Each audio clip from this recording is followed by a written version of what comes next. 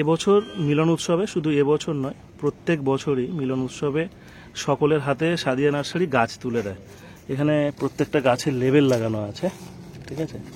তো এই দেখুন সাদিয়া নার্সারি, এরকম প্রত্যেকটা গাছের লেবেল লাগানো আছে। তো সাদিয়া নার্সারির গাছ অনেকে বলেছেন ছোট গাছ, সমস্যা, করতে পারিনি। অনেকেই আবার দেখুন কি সুন্দর গাছ বানিয়েছে। এই জানুয়ারি 7 তারিখে ছিল আমাদের মিট আপ, আর তারপরে এই কিছুদিনের মধ্যেই দেখুন সাদিয়া নার্সারির কি সুন্দর গাছ, আর ফলনও কি সুন্দর ধরেছে দেখুন। তো দেখুন, গাছ করতে জানতে হবে, যে দিচ্ছে তাকে দোষ দিলে হবে না। অনেক মানুষই বলেছেন এই একটা পেয়ারা গাছ, আর সেই পেয়ারা গাছটা দেখুন কি সুন্দর হয়েছে, একটা দুটো নয়, এখানে 3টে আমি দেখাচ্ছি, তো আরও 2টো আছে।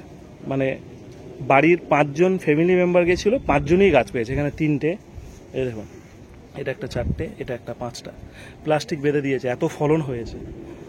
তো খুব সহজভাবে এটা করা। কি হয়েছে, মাটি আর গোবর সার, মাটি আছে 70%, 30% গোবর সারে খালি বসানো, দুবেলা জল দেওয়া, এক্সট্রা কোনো কেয়ার নেওয়া হয়নি এই গাছে, জাস্ট ওইটুকুই। খাবার হিসাবে ব্যবহার করা হয়েছে শুধুমাত্র গোবর সার 1-2 মুঠো করে, আর কোনো কিছু নেই। তাতেই কিন্তু পেয়ারা গাছ সুন্দর। আর এই গরমে খোলা আকাশের নিচে ছাদে, দোতলা 3তলার ছাদে, দোতলার ছাদে, 3তলার উপরে কি সুন্দর গাছগুলো হয়ে আছে।